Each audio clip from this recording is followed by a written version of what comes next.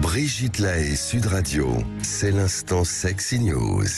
Alors Michel Odoul, Julia Palombe est avec nous et je ne sais pas de quoi vous allez nous parler, tcha-tcha-tcha. Waouh, tcha-tcha-tcha, d'amour évidemment toujours, mais enfin, en attendant cette semaine, la France durcit et pas forcément là où on l'attendait. Dans la rue, le peuple fait ça devant tout le monde, le poing et non la verge malheureusement, levé, tendu comme un arc vers le ciel gris et mouillé, grande partouze d'hiver mesdames et messieurs, oubliez la Fashion Week, dorénavant pour briller sur les réseaux sociaux, il faut avoir participé à la dernière grève en vogue dans les écoles, les transports en commun, dans la rue, dress code, pancartes et haut-parleurs. Oh là là, c'est chaud. C'est l'amour au Sénat. Waouh, tcha-tcha-tcha. Et l'index se débat. Waouh, waouh. Vous allez me dire à quoi bon parler d'amour lorsque le pays est à genoux? Eh bien justement, je connais une merveilleuse façon de donner du plaisir à genoux. L'art de la fellation, tout un programme. Pas si éloigné de la politique, ceci dit. Non, mais ok, d'accord, j'arrête, parlons d'amour. Car c'est de ne plus s'aimer que nous crevons en réalité. De ne plus trouver le chemin des sentiments que nous flanchons. Alors, j'oserais dire, tant pis, je vais encore me faire assassiner, mais c'est pas grave. J'oserais dire que c'est vrai qu'il y a beaucoup de têtes de cégétistes qui n'ont pas l'air très épanouies sexuellement. Il faut que vous fassiez quelque chose, Julia. C'est dit. Je vais peut-être descendre dans la rue, moi aussi, toute nue avec ma pancarte. Mais je crois, en tout cas, que c'est vrai, c'est de ne plus s'aimer que nous crevons, de ne plus nous caresser que par écran interposé que nous nous épuisons, de ne plus considérer le don de soi comme un trésor, de tout vouloir acheter au prix de notre liberté perdue.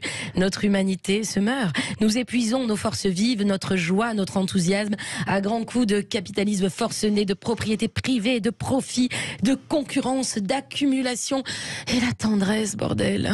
À quoi bon posséder toutes les richesses de la terre si à l'intérieur de ton cœur ça moisit?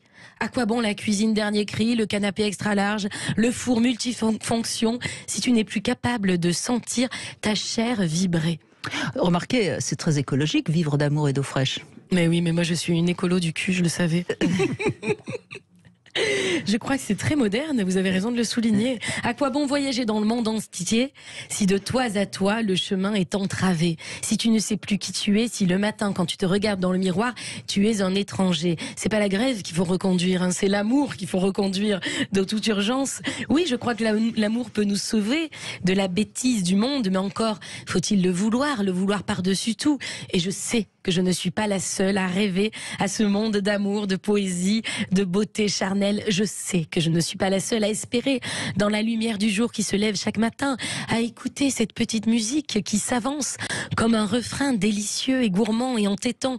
Tu aimeras mon fils, tu aimeras ma fille, et tu ouvriras grand tes yeux sur le ciel étoilé, et tu prendras ton élan pour sauter de l'autre côté de la rivière, et tu t'approcheras pour respirer l'odeur réconfortante des arbres et des fleurs, et tu tomberas bien sûr, mais tu te relèveras, tu oseras, tu essuieras tes larmes, tu apprendras, tu as tout ton temps. C'est en aimant que l'on devient amoureux.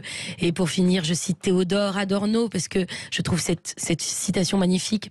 Face à la musique de Schubert, les larmes coulent sans questionner l'âme auparavant, puisqu'elle se précipite sur nous avec la force même de la réalité, sans le détour de l'image.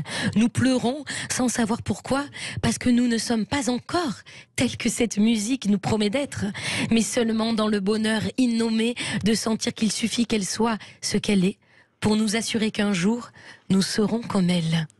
Vive la musique, vive Schubert et vive l'amour. Et puis vous avez dit un mot important, Michel Odoul, tu oseras. C'est peut-être ça aussi qu'il ne faut jamais oublier. La vie est courte, mais si on n'ose pas, elle est franchement un peu... Oui, puis la première nécessité pour oser, c'est d'être droit, c'est de se tenir droit. Or, c'est la posture et la stature qui est celle de l'être humain, qui est celle de la réalisation de soi, c'est celle qui ouvre la poitrine, qui ouvre le sternum, qui ouvre le cœur.